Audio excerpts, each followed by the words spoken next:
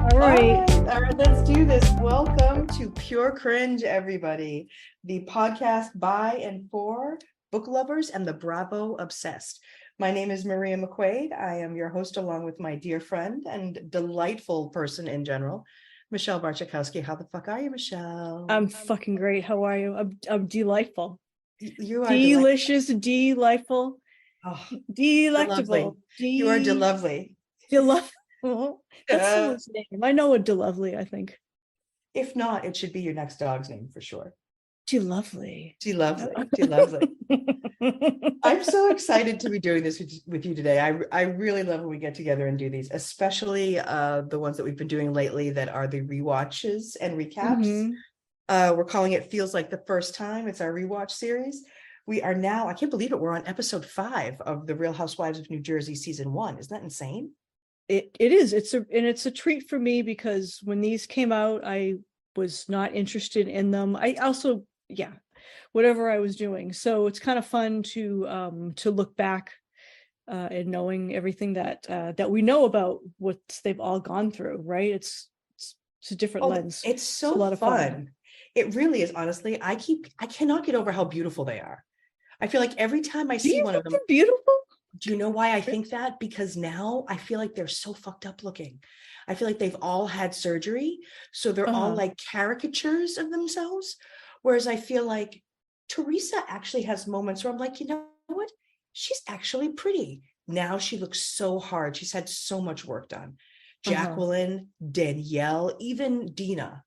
Even my girl crush Dina has had some work done and does not look the same. So I love seeing them all when they are maybe not pretty, but not tampered with. Unadulterated. The unadulterated faces. That's what it should be called, the unadulterated faces of New Jersey. That is what it should be called. This one is going to be a good time. I love the name of this one, Michelle, because as you and I just said, we love talking about these things. So casinos and C-cups. We cannot get enough of talking about tits, and we're going to be doing that today. Tits. AKA bubbies. Bubby, and I hate that. Bubbies, that's just really just, they don't even say bubbies. It's like, well, I always think of your mom. I'm always like, wait, what? Oh, that was Bubshy. Right, but I'm saying but every time I hear it, I'm like, are we calling Michelle's mom? What's happening here?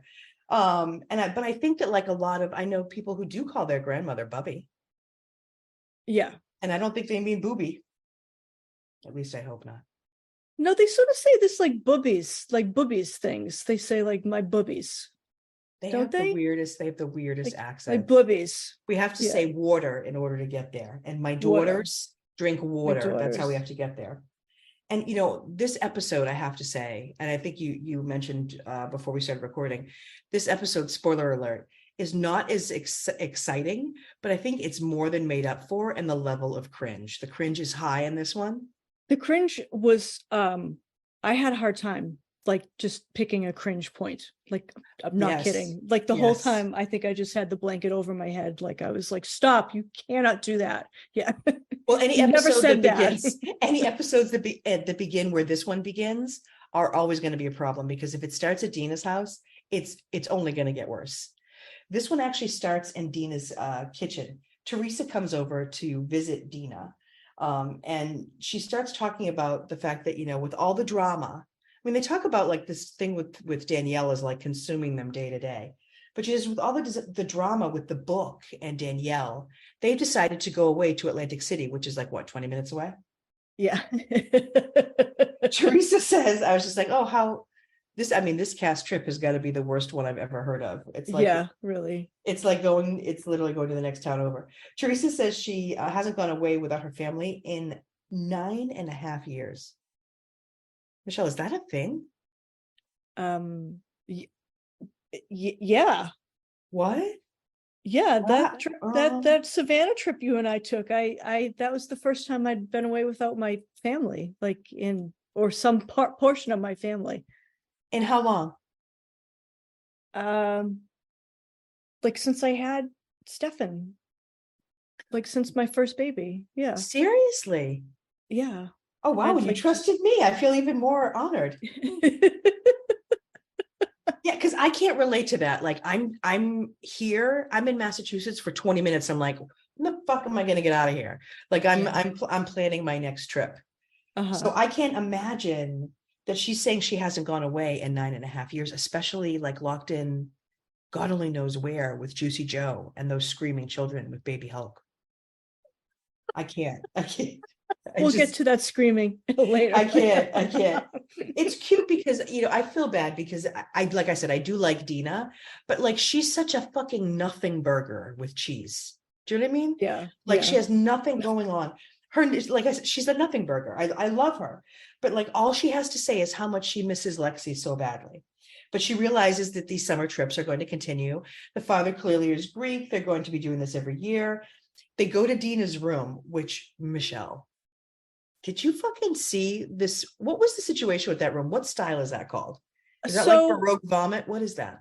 Liam, my 12-year-old son said, Mom, didn't she say at some episode that she's a decorator? I don't really see taste. I just don't understand. I mean, I'm not saying I have great taste, but I look at hers and I go, what the fuck is happening here? Like it just seems like this, it's just dripping, right? It's just dripping with layers of shit.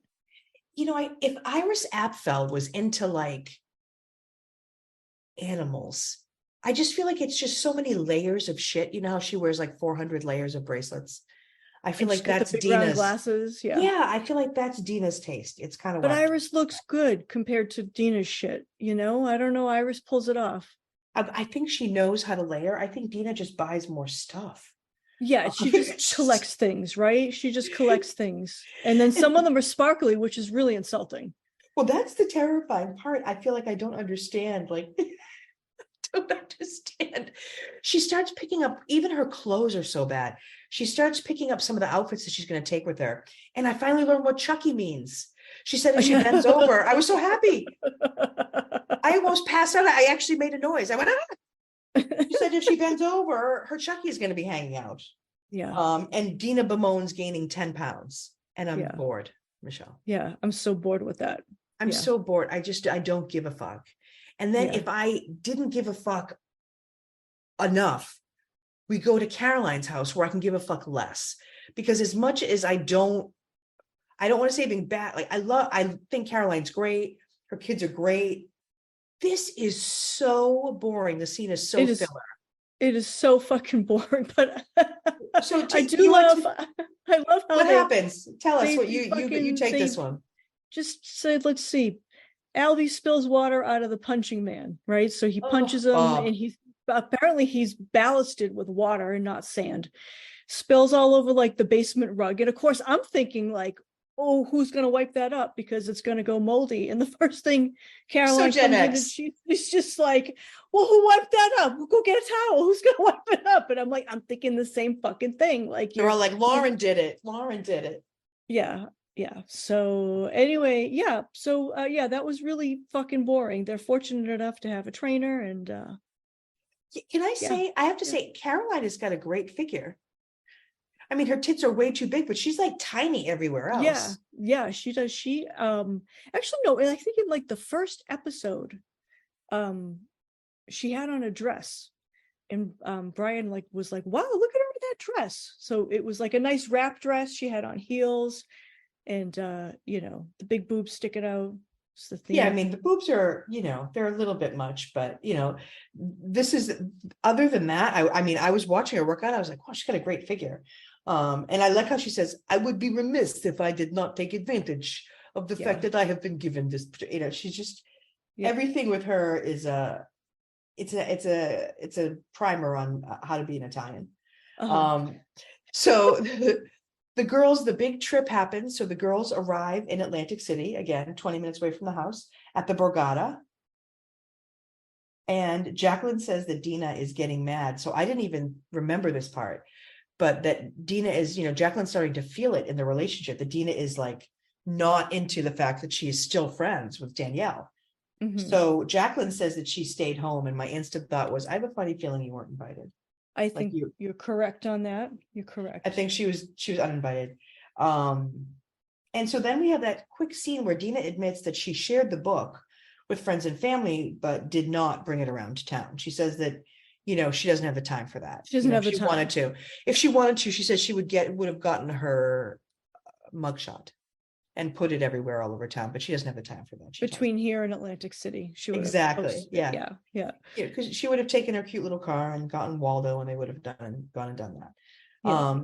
And now begins the overpacking Olympics, Michelle. So now I am paying attention because, as you know, I'm a chronic overpacker. So when I see someone show up for a fucking weekend with a massive suitcase and like multiple bags, I am down. Unpack that shit. Show me everything. I wish we had gone through every outfit. There was enough clothes there for easily 2 weeks. No? I feel the same way. I thought like they really glossed over what could have been a lot of fun. I would love to have seen her trying them on. Yes. Yeah. There were enough clothes there for 12 Avon lady conventions, Michelle. Yeah. There were so many fucking outfits. Just so many boring clothes. So many boring clothes. And in the middle of what I would have loved to have been our special trying on scene, Teresa gets a phone call from Gia that Melania is crying for her. And it's so funny because Gia is actually making fun of Melania. Yeah. Because she's crying for you, Ma. But then when Melania gets on the phone, it's like, Ma. And so as the conversation escalates, Teresa starts to increase the bribes. Yeah. Do you want a bag? Do you want a bike? A blue bag? A blue Do you want bike? a pony? Do you want a Ferrari? Yeah. Do you want a trip around the world?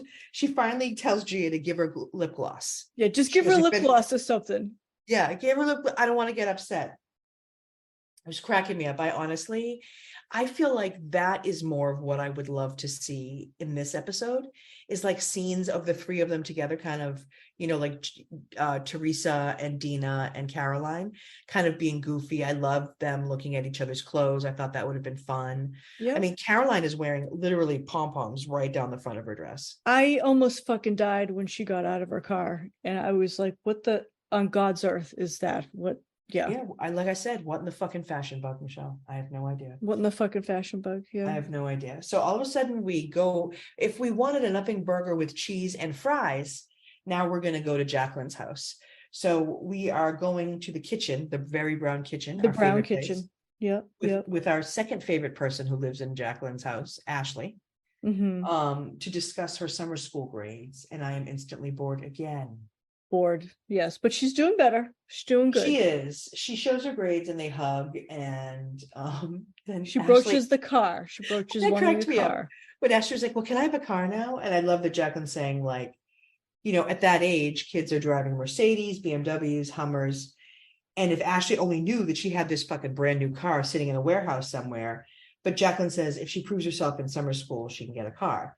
Now, I have to be honest, I feel like you and I can relate to the nice car situation in high school. I mean, all our friends had a nice car. I didn't have a nice car. But everybody did. Like most of the girls did. I mean, think of this way. I would drive my mother's car sometimes. I would drive like the Jag. But like Lee used to drive her mother's Mercedes. Like some of the girls would show up with nice cars. You and I our parents got us used cars. You had an Oldsmobile, didn't you? I had something embarrassing. I don't I remember you had something that was like maroon, maybe. I had a Honda. Yeah. My first car was a Honda Accord.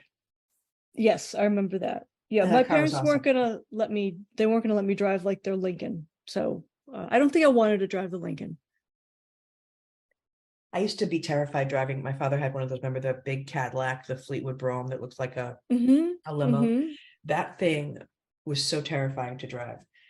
I remember just instantly being terrified. But yeah, I feel bad because I get what Jacqueline is saying, is that this girl is in this private school. There's all this opulence. There's all this pressure to give her this stuff. But I honestly feel like this is not, I don't know. I feel like this whole like line with Ashley, this through line through this whole episode, this is the only point here where I don't agree with Ashley, and I'm ashamed to say it. I'm going to be an Ashley stan in her next scene, and I'm going to fight for the rights of Ashley. But in this scene, I have to say, fuck fuck Ashley. She's a pain in the ass and she doesn't deserve that car. What are your thoughts? Um, Again, I have a feeling that Ashley has a learning disability. I do. And I think that she's able to focus in summer because it's probably like Quieter. a scaled, it's quieter. It's like the Cliff Notes version of the classes. You know what I mean? They don't go as deep. So, so maybe, I don't know. Yeah, I feel a little bit bad for her. She's still a fucking pain in the ass. And she gets to be a real big pain in the ass a little bit later on. Yeah. Oh yeah, but I'm telling you, that's when I'm going to come out swinging. Yeah. All right. So after you've cleaned your plate from your nothing burger with fries, we're going to go to Danielle's kitchen and we're going to cringe it up because it's her fucking birthday. Yeah. It's Danielle's birthday. She's 1,000 years old and we have to act like she is 7. And so her kids come in with her balloons and she says this, did you catch this? She goes, I haven't celebrated publicly. What the fuck does that mean, publicly? No one cares about. She hasn't gone to Chuck E. Cheese. I haven't celebrated publicly in years other than crying alone. Well, that's not publicly though, pumpkin. And so she says what she wants is that someone to recognize that yet another year has gone by and share that day with her. It feels like a sad pen pal. It does. It feels like a sad pen pal. If you like pina coladas. And so then we have that 2-second, Michelle, isn't it awful? We have that a 2-second head, like little floating head of Danielle, where she's saying that even though she and Jacqueline spoke about the book, their relationship has changed. Yes, she feels it's changed. She's very intuitive like that. She feels it's changed, right? She is intuitive. Yeah. She is. She is. Can I ask, because there's a scene, not a scene yet. Well, yeah, like a quick cutaway scene where Jacqueline says that she needs time to figure out like what to do with Danielle because her family disapproves. And Danielle says that, of course, she misses Jacqueline. And to top it all off, she thinks she's breaking up with Steve, which cracks me up because I want to say, like, if he hasn't called you, I think he's already spoken. Yeah, Steve has already spoken. Yeah, I love how she's got to feel like she's controlling the end of it. Yeah. Well, that's the thing. But my real question for you is this sort of thing with Jacqueline, where Jacqueline is saying things like, I need time to figure it out. What the fuck do you think her actual problem is? Like, where do you think that she has problems with Danielle on her own? Do you think it's a combination of that plus the pressure from her sister-in-law or her husband? Do you think it's something else? I think Danielle's like a lot. I just think like she's a lot to handle, and so she's getting this pressure from, Danielle's a fucking train wreck, right? So, and then she's getting this pressure from her family who are like, we're the people who really matter. There's more of us than there is of her. We don't like her. It feels like very teenage though. You know what I mean? She's a little old. She's like, I miss my friend. I mean, yeah, oh, this is Danielle. I miss my friend. Yeah. It does. It feels very much like, junior high. I don't know. I feel like Jacqueline I honestly feel like this is showing us a lot about the dynamics of not just Jacqueline's marriage, but her relationship with the larger clan. Yeah. Like, I feel like she fundamentally feels like she does. I feel like she feels like they're doing her a favor by hanging out with her or something. Do you know what I mean? Like by taking her in, or that I just get that feeling from Jacqueline. And so that she's the wounded animal that they took in, and she's like eternally grateful. And, she does have a point. I mean, they're so intertwined, this family. It's a family I'd never marry into because that would be just too fucking complicated for me, because you can't, how hard is it to walk away? I'm always thinking about like walking away. So like, no, I think you're right though. I mean, because it is complicated, because let's say she starts to have a problem with Chris. Yeah. And her closest friends in Franklin Lakes are her 2 sister-in-laws. Yeah. That's too like close for comfort. It's too encumbered. So I agree. It's yeah, so yeah, I think she's in a bit of a pickle, but pickle it is. I think that's I see that's the way it has to go. And it's the only interesting part about the episode, so I can't even complain. Yeah. Next scene, we go right back to Atlantic City. And the only thing I Yeah. keep thinking of is it's too bad we couldn't listen to Atlantic City right now because I love that song. And Dina and Caroline and Teresa are in the Hearts of Fire diamond store. At Do you the know about water this? club. The water Yeah, club. at the Water Club. Do you know about this diamond, the Hearts of Fire? No, I don't. Hearts of Fire. No, I have a Yeah. diamond bitch and jewelry whore in my notes. Yeah, because I was gonna say, like for the, the jewelry whore that you are yourself, they are the Uh-huh. world's most perfectly cut diamonds. And Hearts of Fire. apparently, yeah, they're faceted in a way that they are unmistakable and super sparkly. Okay. Something interesting. Right in the water club in New Jersey. Yeah, listen, I'm a diamond bitch. I am not gonna, I'm not gonna have a problem with that. Diamond Caroline is girl. funny. Oh, I love that song. She Mm-mm-mm. says that they're gonna go shopping to see how much damage they'll do. And so Yep. you see Dina and Caroline looking at cases, and Dina, of course, says your famous line that you just quoted. She's not that much of a diamond bitch. Says that Teresa does get things made for herself. And then she starts to look at, and it's funny, I actually really love this bracelet.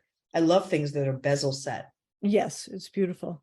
And so it's all diamonds. It's a cuff, and It's a it was cuff. Yeah. $280,000. Mm-hmm. And she was Teresa, thinking about it. she really was. She Yeah. said she's like a kid in a candy shop. They also try on that $1 million necklace, which Mm-hmm. frankly didn't look like $1 million, if I might say so.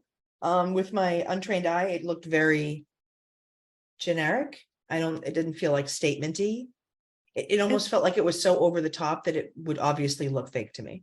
It kind of looked like a costume jewelry kind of thing. Yeah. Do you think? Yeah. Like it was, yeah, it was one of those things where I think it would look cool with a backless dress.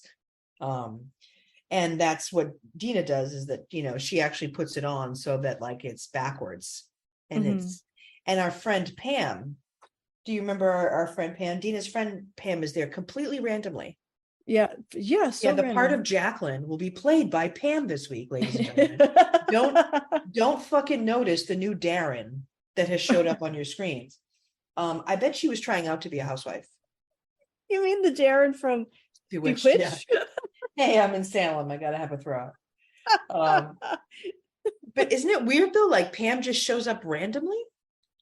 Don't you think? Is she meant to take Jacqueline's place? Jacqueline was supposed to go, and then they disinvite her and they invite Pam.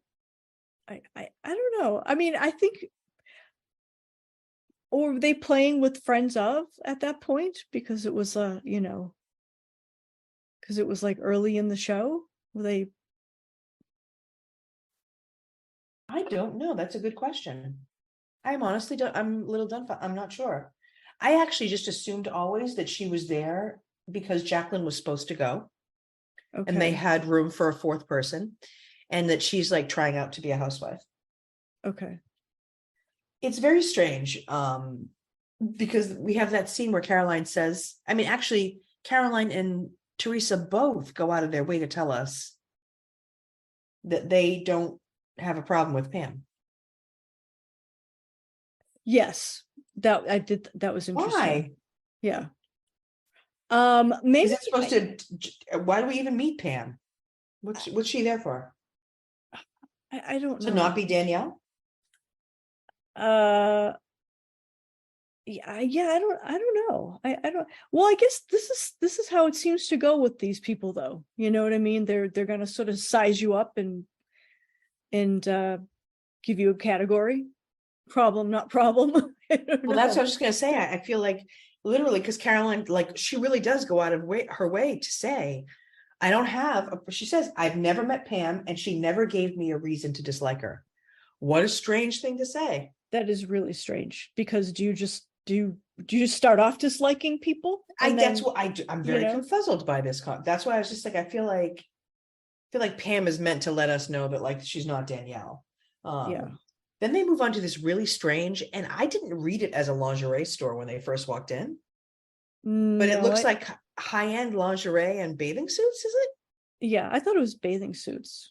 Anyway. Well, they have that. It was actually interesting. It was like the dragons. It was metal, like that metal bra. Oh, it was like a real Game of Thrones kind of That was yeah. actually groovy. I can see wearing that obviously over a t-shirt. Uh-huh.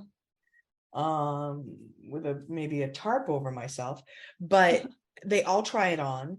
And this is where we land in that repeat footage of Yes, of her Teresa. trying with like the leopard print bathing suit. Yep. And Yeah. Juicy Joe is an ass man. We hear all of that again. We see all Yeah. of that again. I'm still looking for Teresa's ass.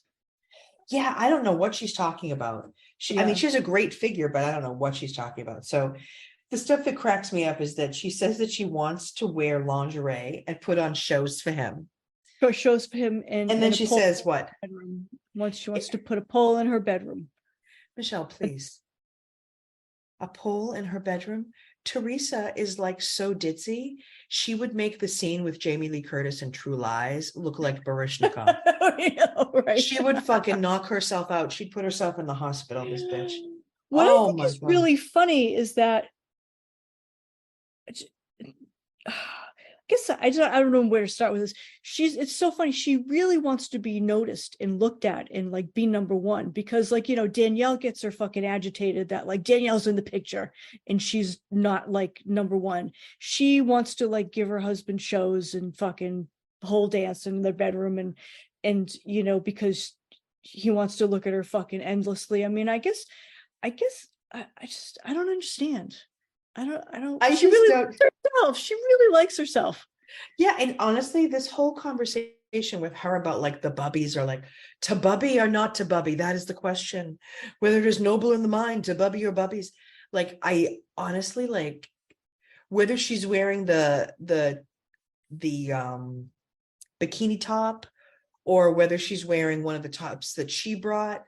Like I don't understand like everybody commenting on her boobs. I can't imagine it. Well, there's nothing there.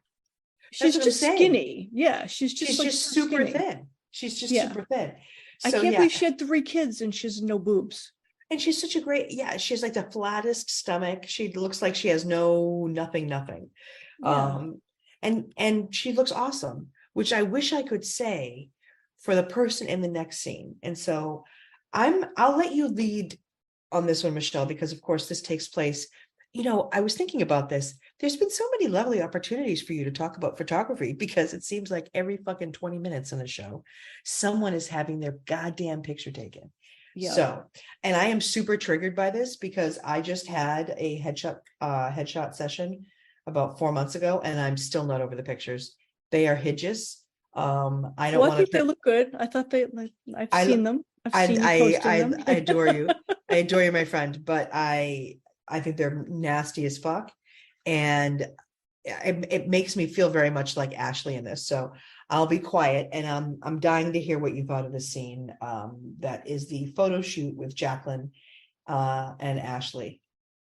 Nothing burger with barbecue sauce. Nothing burger with barbecue. So I don't know, and I don't know who this photographer is. I didn't get the name.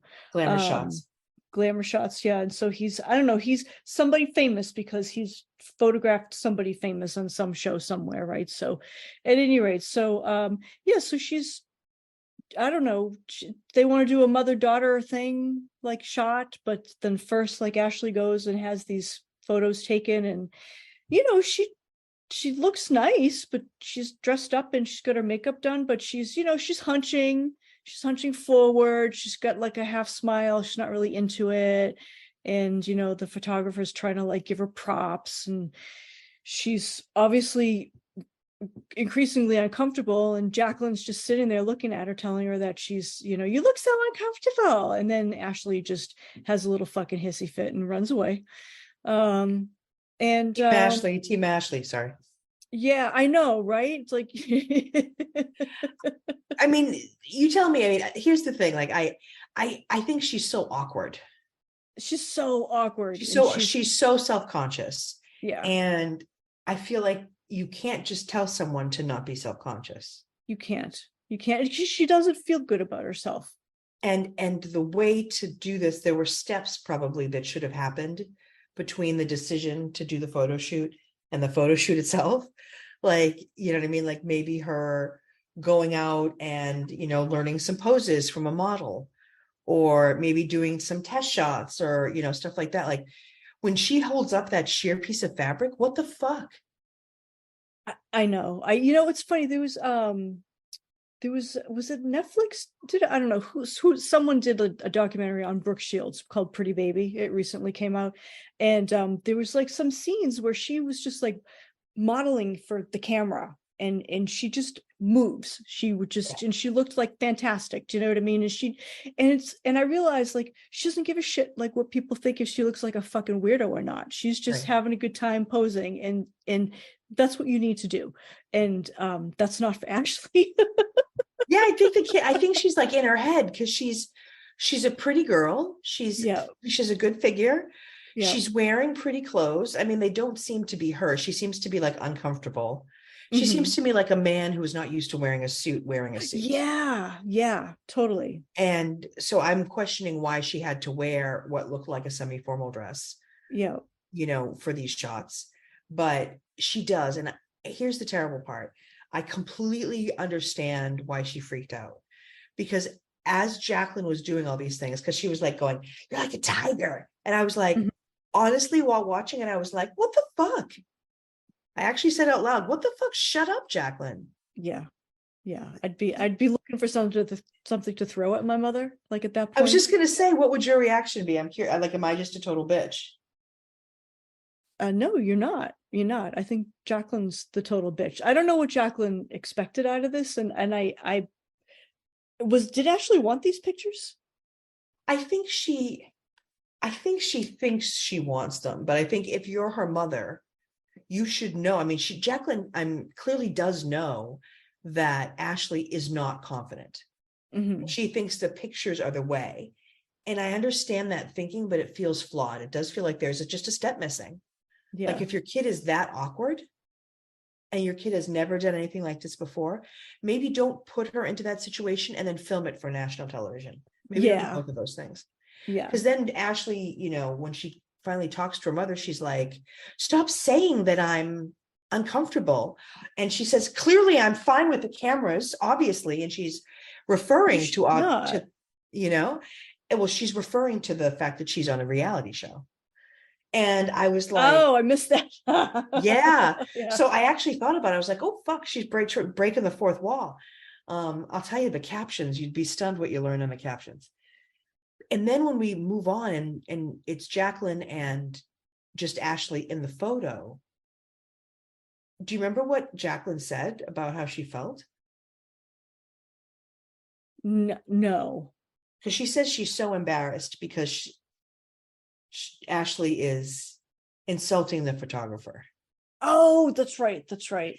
And I Yeah. have to ask you about this. Like, I also feel like if I'm Jacqueline, because my daughter just had this reaction not 5 fucking minutes ago, is there no way that like you might say to the photographer, "Can you send us the proofs, or can we do this again, or can we look at these privately, or can we whatever?" Like your daughter has not just magically become mature in the last 30 seconds.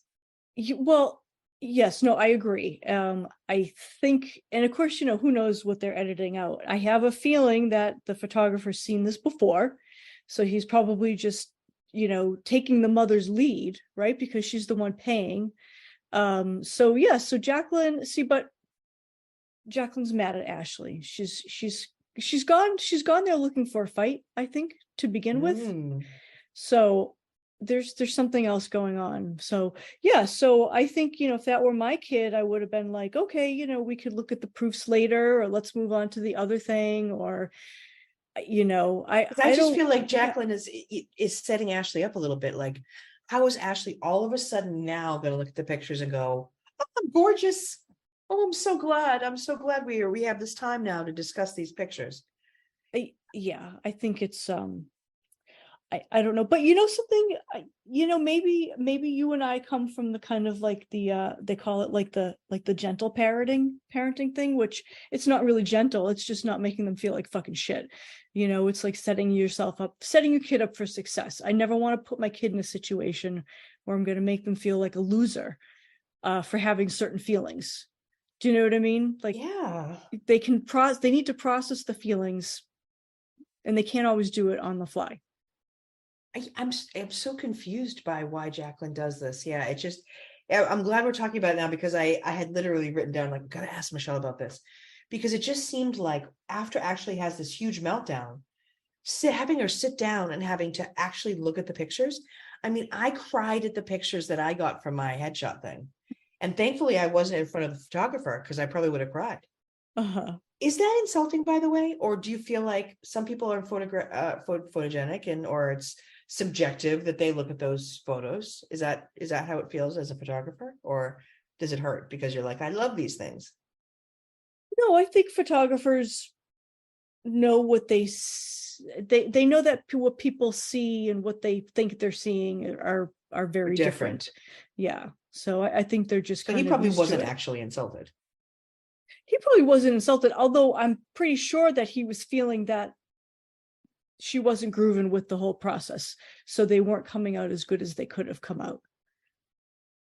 Yeah, honestly, when I'm watching and I'm the last person ever that would ever want to be in a photo shoot like that, like a glamour shot thing, even I am watching her with that piece of fabric and thinking, even I would know to like put it up, I know, like right? move my Yeah. hands around. Even me, who would hate it and be like, oh, this sucks. I'd be worse than her, but at least I would know what to do.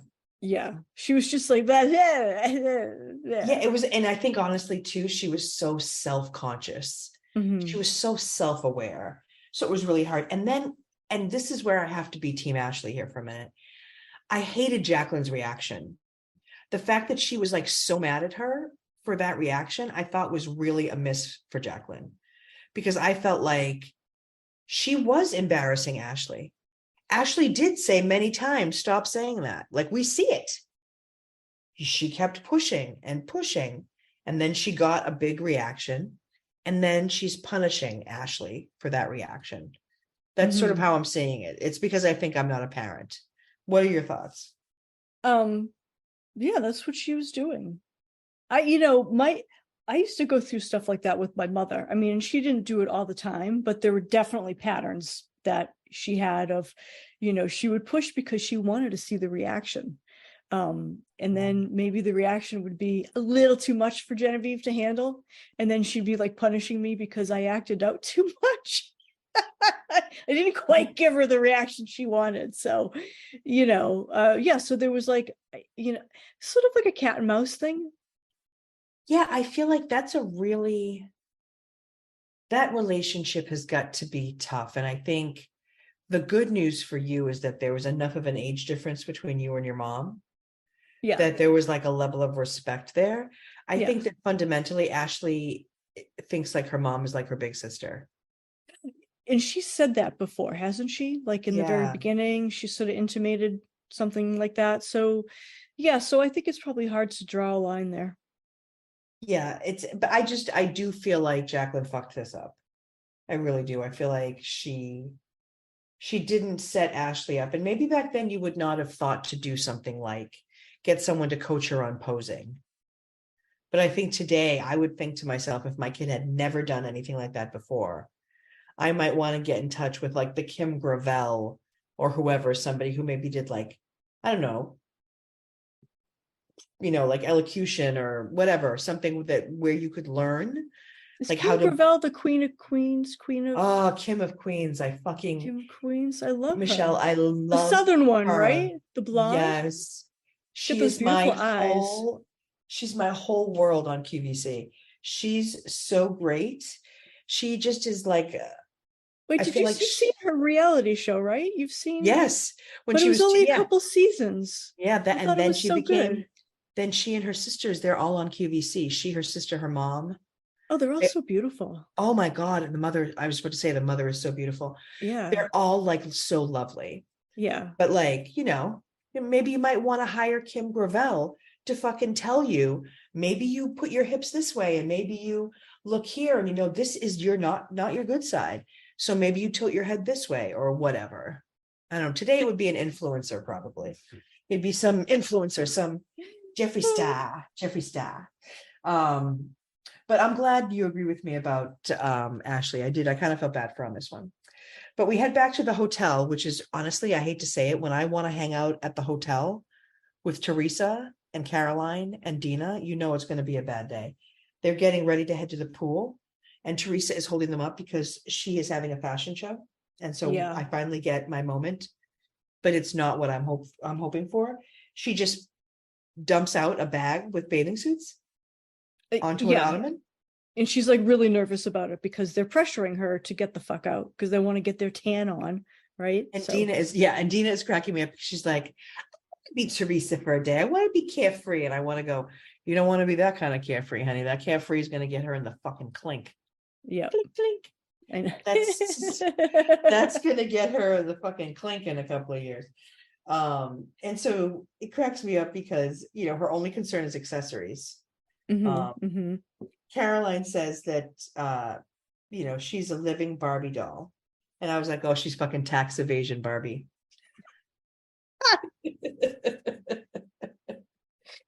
They head down to the pool. Teresa is actually wearing a beach umbrella as a hat. It's enormous. Yeah, that hat. How'd she get through the door? I don't know. I don't understand. And I don't understand if she's really wearing a hat that's that big. How'd she get that tan that dark? They head down to the pool, which looks like they go to the booth. Oh, she thinks she does the booth? She does. Yeah, they all did the booth. Yeah. She didn't look too orange, but maybe she does. They head down to the pool, they order drinks, and Teresa's cell phone rings. And who is it, Michelle? Oh, it's Steve. And he's announcing that he's bringing another girl down to her beach house, down to Teresa's beach house. Another girl who is not Danielle? Who's not Danielle. And then Teresa says, oh, well, what about Danielle? You still seeing Danielle? And he says, yeah, I'm hanging out with her. For something like that. That's about the size of it. I love the idea. And, you know, it all felt very, again, high school. Because did you see Teresa oh, did you also notice the call begins and then it ends on speakerphone? Yes. I think we said it before, but I think this is like the era where they are going to all have to have their conversations like publicly. Yeah. On the show. Yeah. Do you think something happened that made them had to like create it that way? Was there some bullshit? Honestly, somebody lied? I don't know. I don't think it would be that somebody lied. I think it would be that they missed something. Like it's like something juicy, something good. Okay. You know what I mean? Yeah. Yeah. Because I can see it much more of a thing being like, oh, if we were only on the phone, or if we'd only recorded that, or if we only had them mic'd. You know how there are a lot of those moments where they say, oh, but everyone went to sleep and the crew went home. Yeah. Yeah. Yeah, it's interesting. He's like, yeah, I'm still hanging with her. I don't know. So he lied to Danielle, told her that he was going down the shore with his friend Tony. And so Teresa says she's over getting dragged into Danielle drama.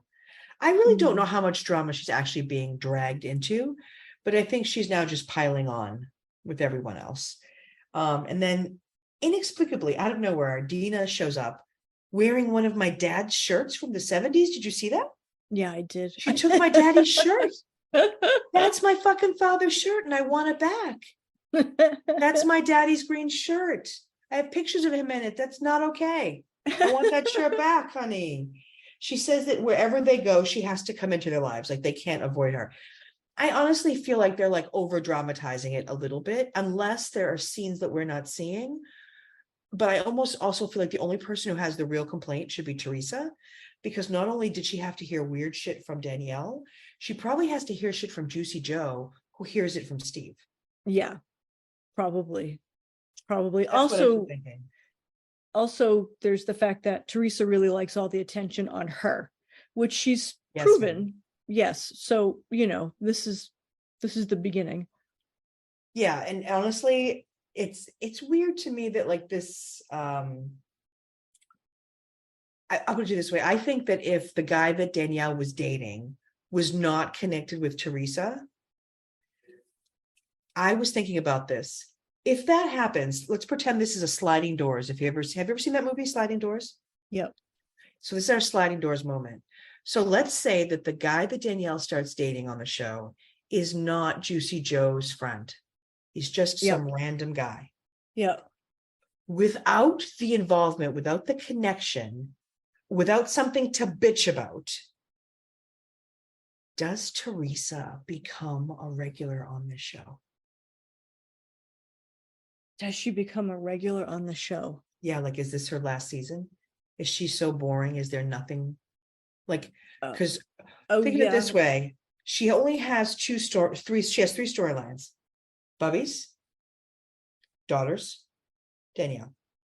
Yeah. Are Bubby's and daughters interesting enough?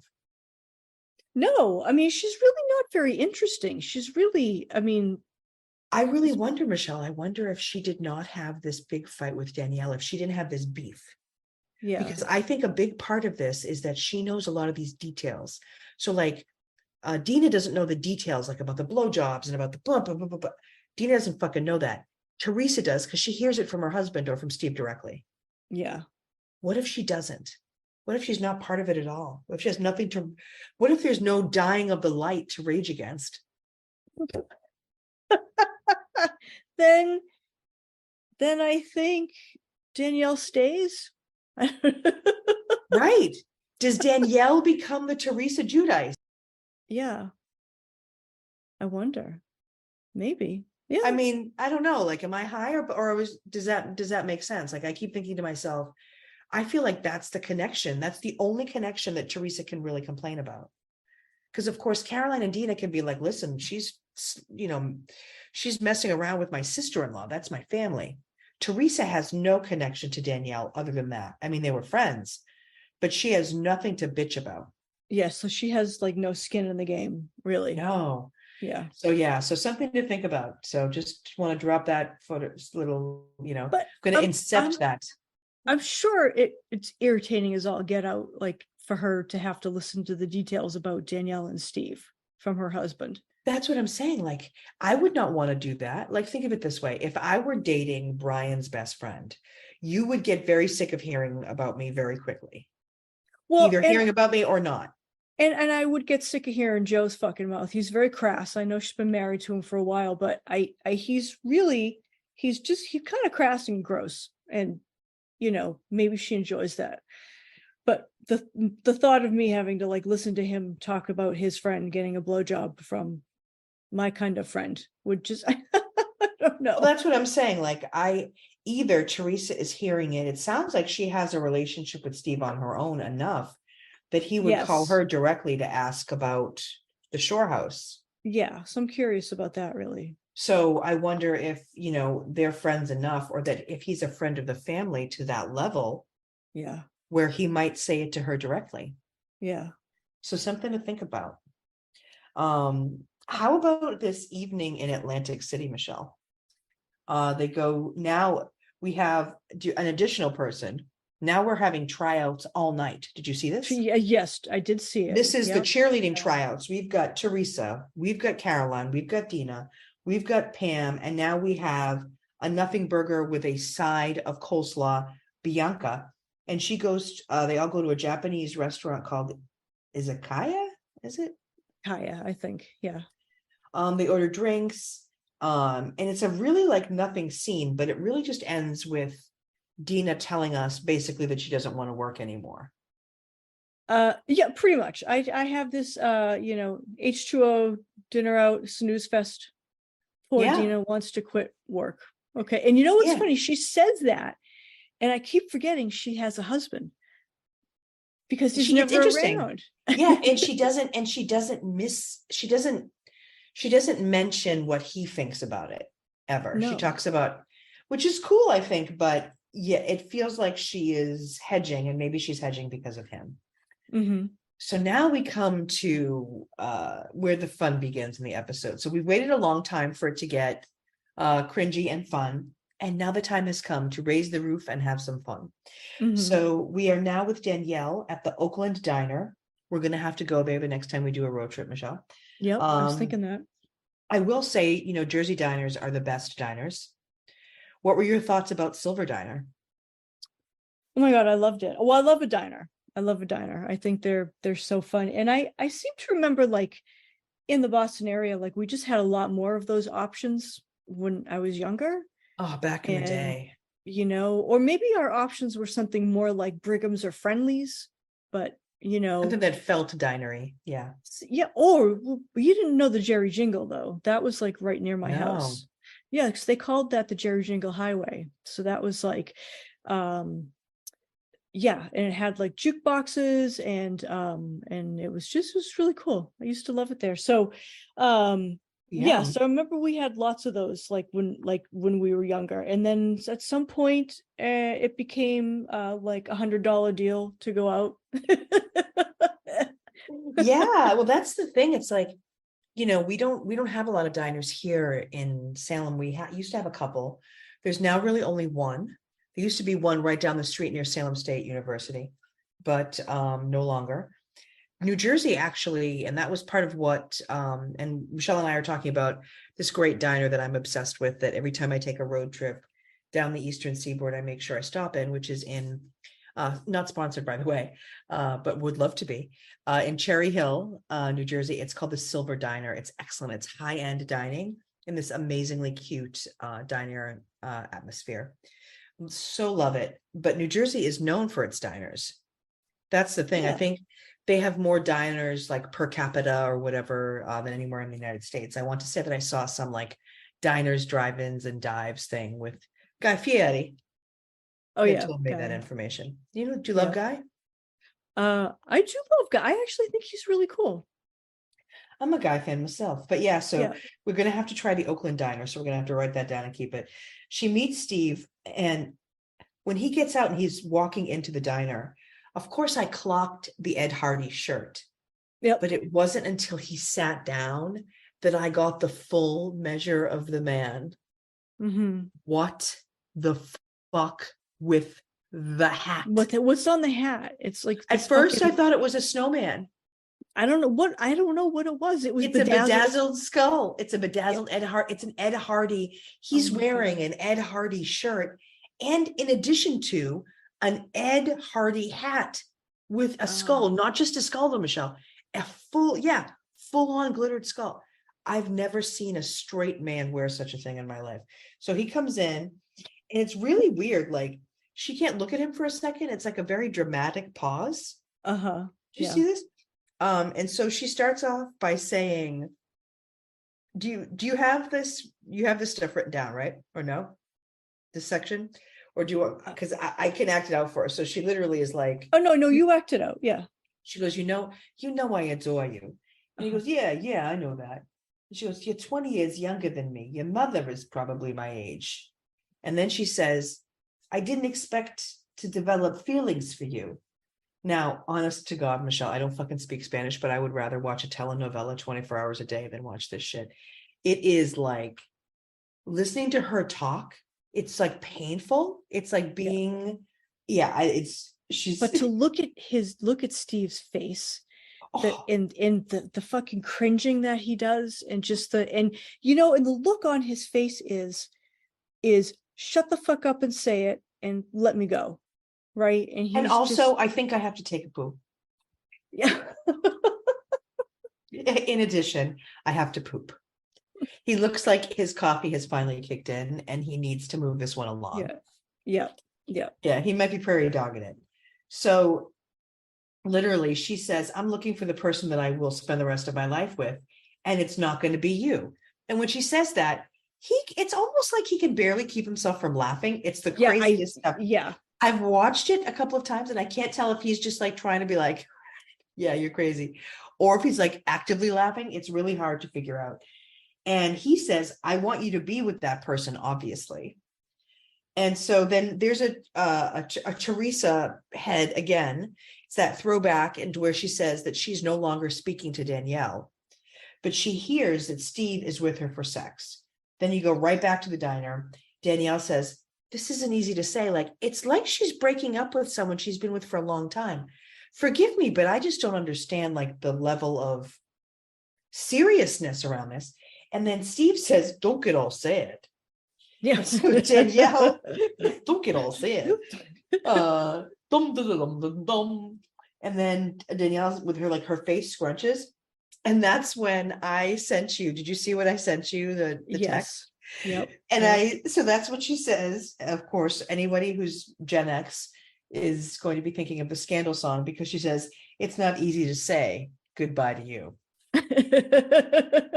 And in my head, I was like, goodbye to you. I couldn't. And so she says these things like, I mean, I don't even mean to be, I really do not mean to be offensive, but like, her reading of these is as if it's the fucking color purple. Like, she is putting a level of emotion. She's like, you were really good to me. Yeah. You were nice and respectful. I want to be like, oh my God, like, he didn't come in your face and then like steal your money out of your wallet and sneak out the window. What are you talking about? And he goes, I don't want to see you upset, obviously. Oh goodness, that's why her skin looks so good. Right. And then when she says, Danielle, this is like a little talking head. She says, when everything went down with the book, Steve was there for her with his dick. With this, so I was going to parentheses around it. With his dick is guys. Yeah, with brackets, his dick in brackets. So Michelle, I have a hot tip. Keep your dick in the brackets where it fucking belongs. I have a hot take for you, Michelle, and I don't know if I'm getting too, I'm getting too introspective. Maybe I'm looking too much into this. But do women like Danielle, do they serve a purpose in that they occupy the men that the rest of us, or women, or whoever, that the rest of us wouldn't want to fuck anyway? Oh, yeah, or at least she seems to have a habit of finding those men, right? Yeah, and like, I don't want to have to fend that guy off. You don't want to have to fend that guy off, because there's absolutely no chance. Yeah. So does someone like Danielle, who is promiscuous and kind of is just down, does she serve a purpose? I mean, does she have is she like a bacteria, but a good one? Yeah, I mean, is she like a probiotic or something? Like, does she help us in some way by occupying the men who would otherwise be a pain in the ass to women who would have no interest in them? Well, she cleans up all the sloppy things that we wouldn't want to pick up. She does. She cleans up all the sloppy things. Yeah.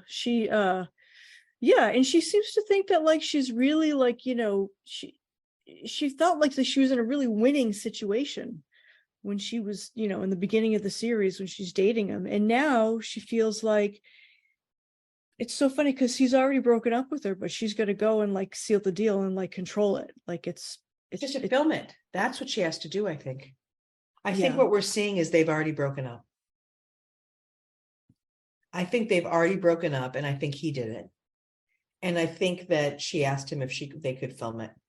You think so? Because of the way he's acting, he's not surprised. Does he seem surprised to you at all that she is saying? No, I think he knows what she's about, and I think he knows that he's been that he's kind of just drifted off and ended it, and it's gotten through, and so he's just going to let her have the final say, and he's just laughing all the way to the bank kind of deal. Oh, that's interesting. Yeah, that's interesting. I always read it differently. I always read it like they had already broken up privately when the cameras were not rolling, and that he broke up with her because obviously #Danielle. Yeah. And I always just assumed that that she was like, I need to film it. The producers say we need to film it. Can you meet me at the diner? Which one? Next time pick a better diner. I love the juxtaposition between like the really fancy like water club, and then you get like that kind of crappy diner. Hey, don't talk about my diners like that. Between the two scenes. Yeah. Don't you be talking about my diners like that. I fucking love them. But no, I agree. Although I have to say, if I had to choose, I would rather hang out at that diner than hang out with Teresa and Caroline. Yeah. And on the asphalt at the hotel. So then we go to Dina's House of Horrors. Waldo is home from Cyprus. Yep. Yep. And another snooze-worthy couple of scenes. A couple of things to note. So she's making breakfast. Lexi shows purchases. She shows her a shoe whore t-shirt, a ladybug costume for Grandma Wrinkles. Like, can I ask a question here? Is Cyprus just like a big Five Below store where you just buy cheap shit? Like, I'm confused. Is like Cyprus like Five Below? Because that's what it looks like she bought her shit at, Five Below. So they eat the eggs. Next time I want you to go back and just look really quick at the eggs. And I'm not trying to like food shame. It was a plate full of eggs. Do you know how many eggs she must have fucking scrambled? She must have scrambled like 6 or 7 eggs for the two of them, because it's covered the entire plate. I've never seen anything like it. Did you see like Dina's her mosaic cross? See the big cross that she had on? No, what was it?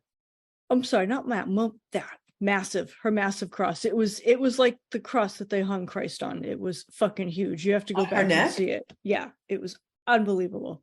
Oh, is it the one that's glittered? Is it the one that's like rhinestoned? I don't. I feel like everything looks like Ramona's True Faith jewelry. Did you ever see? Yes. Yeah. It all reminds me of that. It's like, but it's two. They're not at the same time.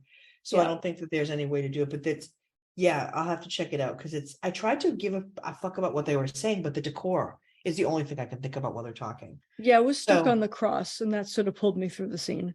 Yeah. Big bird on a pillow at the kitchen table. Huge bird on a pillow. A cherub with fake flowers and a silver ball ornament behind them.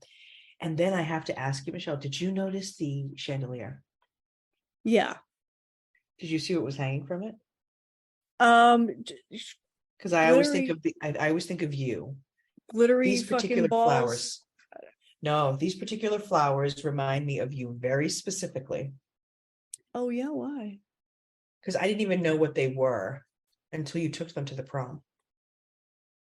Oh, fucking calla lilies? Yeah. Oh, that's right. They were like these weird upside down, Michelle. Yeah. Calla lilies hanging. I don't even understand what that is. I don't know. And it looks like they are in addition to the actual chandelier. There was a lot going on. Thank God, because the conversation between the two of them was so forgettable, right? She's like, I was in a water park, and I'm Waldo.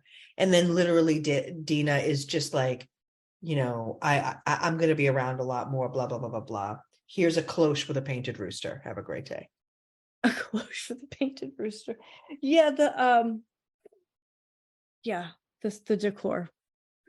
Yeah, I mean, and thankfully these scenes with Dina, we're making them longer than they are by talking about the decor, and they're more interesting when we talk about the decor, because what's being said is so forgettable.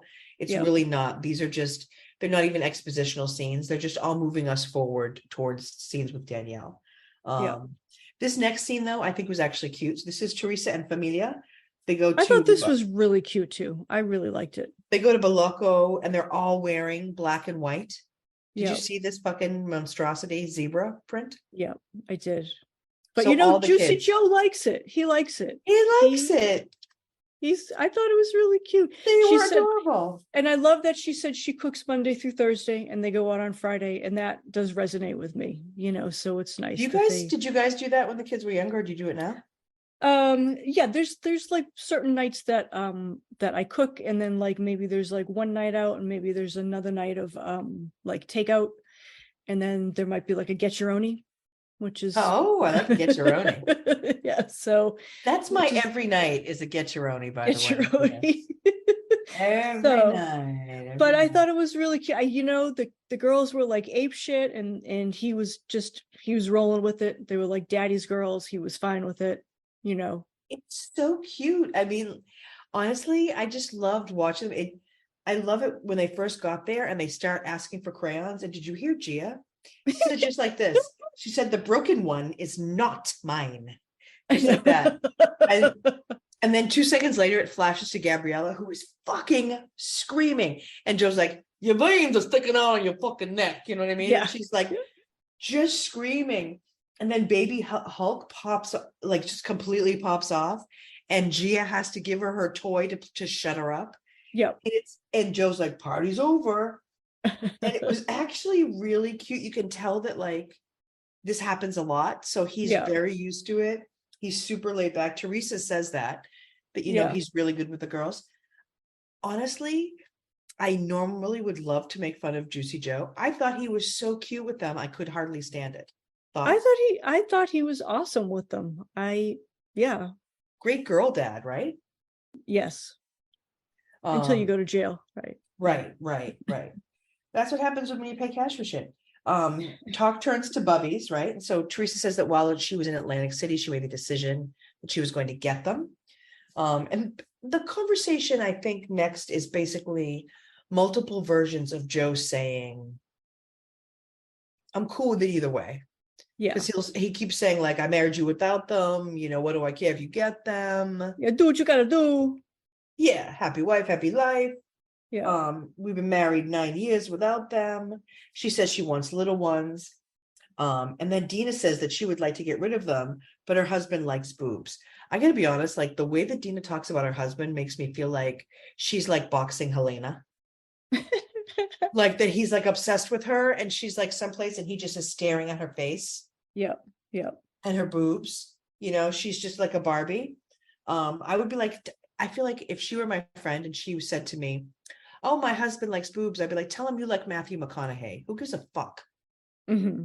Do you know what I mean? Like, who cares? Like, isn't it weird? Or is it me that like, am I being overly sensitive about this? No, she's weird. I think like the boob conversation in this whole fucking episode is just really ridiculous. I think it's stupid. I don't know. And I mean, I was and happy to her get rid of and mine. yeah, I could not wait. I had mine. I had my breast reduction. I had it in 2001. That was the greatest thing that literally ever happened to me. So I cannot imagine being Dina and having what looks like solid double D's, well, maybe even like F's. They're big. I had fucking F's or G's or whatever the fuck they are. I mean, and I should, there's no way she can like them. They're too fucking big. They're ridiculous. And yes. And so And you're so I'm like, uncomfortable in clothing, yeah, nothing fits. Like nothing really fits. So, maybe you look really good naked. Because because but But nothing fits only you. standing up. And if you lay back, then one goes left and one goes right if they're real. At least if Yeah. they're fake, they can stand up, I guess. But Yeah. yeah, But it's weird. yeah, but anyway, yeah. So no, yeah, no, I don't know. I think secretly she wants them gone, but then we find out that she's had like 2 implants. Oh yeah, now we're skidding into the part of the show that I like to call Bubby Alley. Yep, Bubby Because Alley. it's all good. It's tits from now on, guys. Yeah. So if anybody is triggered by tits and not into tits, we love you. We'll see you in the next episode because especially our friends in what is it, Vermont, North Dakota, and Wyoming, who probably don't like to hear about tits. But Teresa, Jacqueline, Dina, and Caroline, the next scene all go to the plastic surgeon together. I so En funny. masse. That 4 is so people fucking together in funny. a room. This poor doctor. And then they start then Jacqueline takes like the fucking then she takes the samples and like sticks them down her shirt, and the look on the doctor's face is just like, what? I could not believe it. Because I think that Jacqueline is desperately trying to get back into everyone's good graces, because the beginning of the scene, she actually says, she doesn't want any tension with the girls. She says she cares about them and she wants them in her life. She just doesn't want to talk about Danielle. And it made me think, I wonder if this is the first time that they have all been together since all this stuff broke and since the trip. Yeah, I had wondered. Yeah. And so then Teresa says that there has been drama, but nobody cares. And then they're all sitting in the waiting room and they all start talking in turn about each other's bubbies. One's like, who has silicone, who's are made of cooked oatmeal, who's are made of fucking cement. It's just like, I was watching it going, is this the thing that I'm really watching, these fucking idiots? I feel like I want to clock all their heads together and be like, okay, why are 9 of you here for this appointment? It's not that deep. It's, what I mean? She's not getting them done. She's talking to the doctor. And then out of nowhere, the person who's been trying to talk her into tits this whole time, Dina, thank you. Out of nowhere is like, maybe she starts pulling back.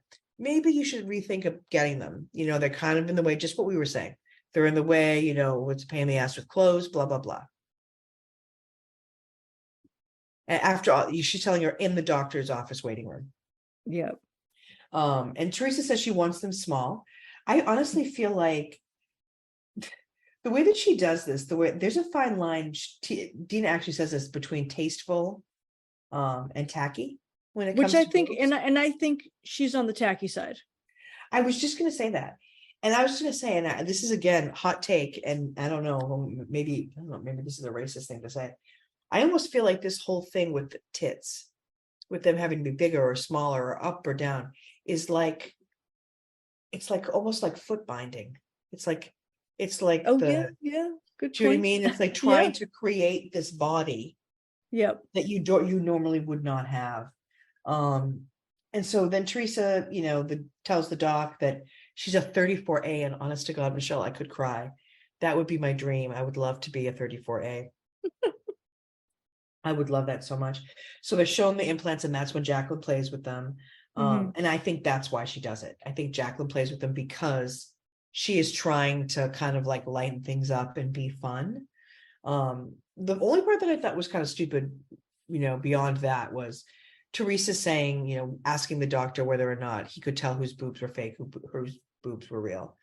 I feel like you can tell that Caroline's boobs are real because she doesn't tend to like sort of offer them up on a platter and show them off the way that someone usually who, has lab created tits would. In my opinion. So Caroline says God gave them to her. And I was like, okay. Teresa also says the doctor's cute. She doesn't want any ugly guys touching her body. Her fucking dirty pillows. Her fucking Jesus. I don't know. Fucking dirty pillows. I don't know. That She's whole excited thing though. She has the booty. She needs the bubbies to finish the package. That's what she says. Just I don't know. I was just rolling my eyes from fucking, know. the argument Caroline's having. My boobs are natural. She spent up to $20,000 on hers. It's a whole sitch. It's a whole I mean, sitch. it's, it's just, I was just like, yeah, Oh, and it's going to get worse. It's shown me like some side boob, I would have been really happy. But all I was just going to say, talk about just, if anybody wants to get on Michelle's good side, FYI, she loves a good side boob. I fucking love a good She's side never boob. going to say no to a good side boob. So just everybody just, and and my teenage boys love it too. So yeah. Unless it's mine, but yeah. In which case, gross. Nobody wants to see their mom's side boob. So then we head towards Frankencastle with Danielle, and this is, as soon as she calls for the girls, I remembered the scene from when I first saw it, and I was like, fuck, I hate the scene, because she calls them in and she basically tells them that she and Steve aren't dating anymore, but that Steve still wants to be in the girls' lives, which I honestly don't believe. I think she must just say that to make them feel bad because she goes through them, right? Well, I feel really bad because then the girls are like, is he like this one, J or R or Z or F or Q or one? I was like, fuck, how many guys is she bringing home? And basically the girls are saying, and I feel bad because Christine actually says she doesn't believe that Steve is going to be coming back because guys bullshit you. And Danielle asks why, and Christine says because they just want the goodies from you. They just want the goodies. Yeah. And she says all guys like her mom. Yeah, all guys like her mom, and it's disturbing. Yeah. Since 5th grade. That's right. And then Danielle says, don't judge me. She says, don't judge me. And Christine says, I don't want to fight with you. Yeah. Danielle says it was hard to break up with them. Danielle says she feels alone and a lot has changed since the book came out. She needs her best friend more than ever, but something is different. And she says that Danielle says, Jacqueline is, taking me out for my birthday. Maybe it'll come back around full circle. And then the next scene is Joe and Teresa on the way to the doctors. Oh, yeah. So funny. Can we talk about the fact that like Teresa, this is the first time, I think this is like the first time of probably thousands that Teresa will have an error with words like this, where she is trying to talk to Joe about how much more fun it'll be to have lingerie because of being able to have, and she calls it pre-play. Replay. Yeah, he's like, I've And never he's heard like, of a I don't know replay. what that is. And then she goes, foreplay. Ow. You know what I mean? It's just, it's a very like Lucy and Ethel moment, but like that is like the first one. She will Mhm. do those. I mean, it's just a facet of her personality. She has a very loose grasp of the English language at best. At best. At At best. best. And so they go into the office, and so they talk about size. And did you hear what Juicy Joe says? He goes, "Don't they shrink?" I mean, and all I could think of was, did you think like when she takes a shower and dries off, they're gonna like laundry, they're gonna I fucking was shrink? dying. I mean, I or was did he mean like the swelling's gonna go hang her up. down? Hang her up when you get her out of the shower. Just Like, put her on the rack. Yeah, lay her she'll be flat to fine. dry. Lay flat to dry. I mean, he Don't they fucking shrink? The doctor's like, I love how and we then went from not caring to caring a lot. and then he's like, so you get a B, and then you really wanted a C, and then if you get a C, you really wanted a D, and so you may as well just go for the C. Might as well go for the F. Get the fucking F. You need the Yeah. F. Get 2 Fs. It's honestly like they bring her to the OR. The poor thing. She wakes up in pain. Reminded me of my reduction. I think I broke the hand of the poor nurse whose hand I was holding. Joe comes in with roses, which is pretty cute. She's Yeah. obliterated. Yeah. Joe makes a joke about using frozen fish as a compress. I love that. Teresa wants him to be her nurse, but wearing a thong. Honestly, that's You a put scene on I a would little have thought was outfit. cute. Put Can I on an tell you? outfit. That's a scene I want to see. That's the missing scene, Michelle, that I would like to see. I want to see the scene where he is bringing up like breakfast in bed, and he's just wearing an apron and like nothing on underneath, and his bum is out. And it's That's like what I all want from Juicy hairy. Joe. Yeah, he's got like all this hair. Yeah. Yes, I want all of that. He needs like the little, remember the old nurse hats? Oh my God, stop it. Yeah. Yeah, Oh, I'm he into needs this that. now. I'm Yeah. into it. She would like it too, because she's obliterated, so she would have had a good time. Yeah. And then Now then next she's gonna get on the pole. Oh my God. She would, With her that's new what I'm boobs. telling you. Like, she's the type that like would get up from a complete, having just had surgery, fucked up on, PK Teresa, get up and jump on the pole and break every bone in her body. She's just that person. But I'm glad that we don't have to hang out and like counter stitches, because I don't want to be there for the stitch removal. I still have nightmares about that. But we are going to go, speaking of nightmares, we're going to go to a lunch with Jacqueline and Danielle, which to Well, me, you had to get stitches removed? oh yeah, so I had Your stitches reduction? around my nipple, and those had to get removed after surgery. They did not dissolve. The stitches underneath in the anchor position, those did, but the ones around my nipple did not. Oh, And so I had to get those taken out like 3 or 4 days after surgery, and that really hurt. I saw Jesus on that one. You did. Oh yeah. Yeah. I didn't have to have stitches. They did get infected though. Oh yeah. See, They had then to do again, an I had mine antibiotic. 20 years before yours, I think. Yeah. Because mine was 2001. Hopefully they have better methods now, because I was in surgery for like fucking 5 hours. But best thing ever, in case anyone's thinking about it. Yeah, I remember like do you remember like the hospital staff like telling you like, congratulations, this is so awesome you're doing it? I mean, I got a lot of support, I remember. Yeah. Oh yeah. I remember waking up and instantly feeling better because I could feel the weight off of my chest. Yeah. Even though I was in pain, I remember feeling the weight off, and I was so happy. It's funny, I even noticed actually in the scene that we're going to talk about now, Danielle, because she's wearing like a sort of a tank top dress.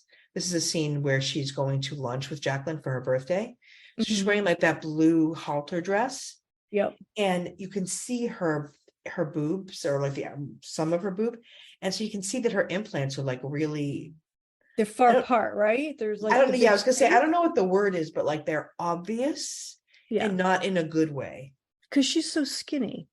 And it's like they look like Tori Spelling's boobs, which I don't even know if that's even being graphic, but like just like they look not botched, but botched-ish. Yeah. So yeah, like I said, Jacqueline and Danielle pull up to this restaurant. I think it's off of Route 1, because it looks like Route 1, that area that's right on it. It has very like next to it could be a car wash vibes. In Jacqueline's convertible, and Jacqueline says it's been a while since she's seen Danielle, and she's taking her out for her birthday, and she says she isn't making a choice between family and a friend. She's just choosing to do what's right. Like, this is not a fucking courtroom drama, ma'am. What is He's this like? really, Is she really, Atticus Finch? Like, I don't understand what she's doing here with Boo Radley. What the fuck? she's really fucking the pig's Mickey with this whole thing. I mean, she's making such a big deal out of it. I don't get it. I don't get it. Yeah, I mean, that, they haven't, they've seen each other since, oh, actually, Danielle says this is the first time that they've seen each other since they've had that conversation about the book. Mm-hmm. And Danielle says that, to Jacqueline, that she is happy that, their friendship has sort of weathered that storm and survived the book. And she tells her that she has faith that they will move on and be the best of friends for all time. She says the weirdest shit, doesn't she?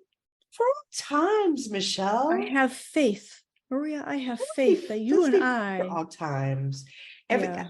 I feel like she's a non-native English speaker half the time. I don't understand where she's getting this stuff. Whoever's writing her lines sucks. I'm gonna do that way. Whoever her screenwriter is fucking sucks. Because she says something stupid like that, like, I want to be best of friends for all times. And then in the same sentence, just a run-on sentence, she says, but what she did to me really pissed me off. And by she's referring to Dina. Yep. Yeah, and Danielle can't really, she can't leave that alone. She can't. And then she gotta she upsets the apple cart. Well, that's the thing. I mean, I feel like Danielle keeps saying that she understands that Jacqueline has to have these boundaries. But then she says she still fucking pisses me off anyway. And it's, and doesn't she immediately cross it then? Yes, she does. So stop saying it. I don't get it. It's so weird to me. Like she says she understands that Danielle doesn't have a lot of friends that she can talk to about this stuff.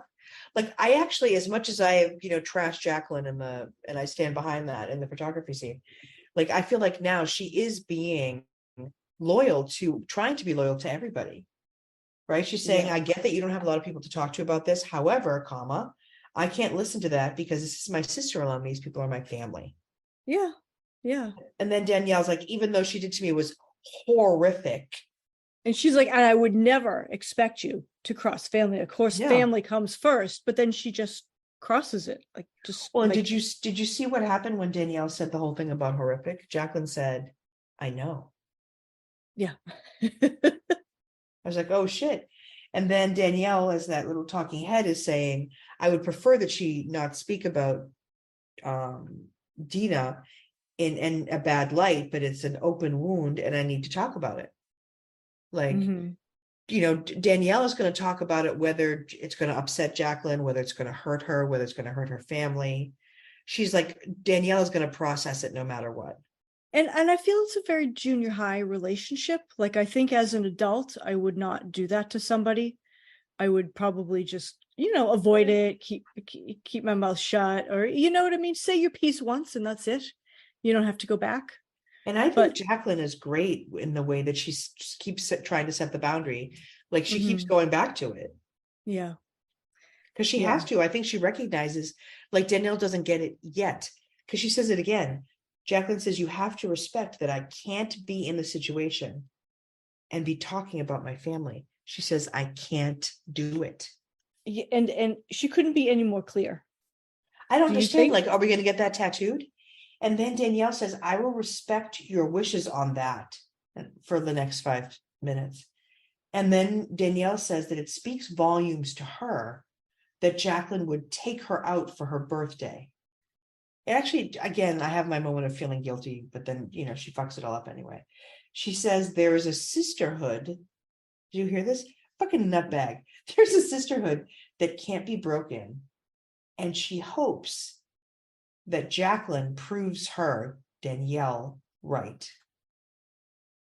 Yeah, that's, I gotta tell you, Maria, that's a friend I would run for the fucking hills.